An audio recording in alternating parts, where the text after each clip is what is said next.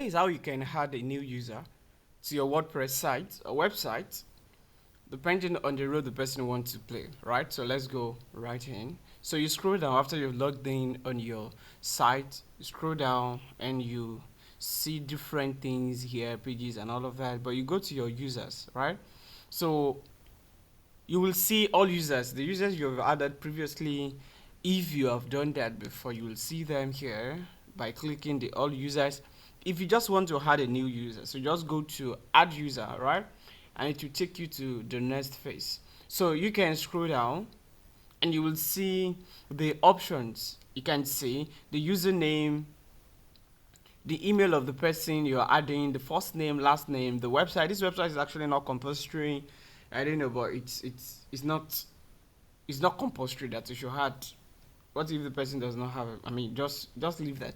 So you had all the details of the person, and this is password. This is the password that's generated by the host, the website, right? So once the person get notified, once you've added the person to your site, he or she can log in and change this password. But if you prefer this particular password, no problem, you can continue to use it. But if not, you can change password, which is very easy. The options will be there on the person's email.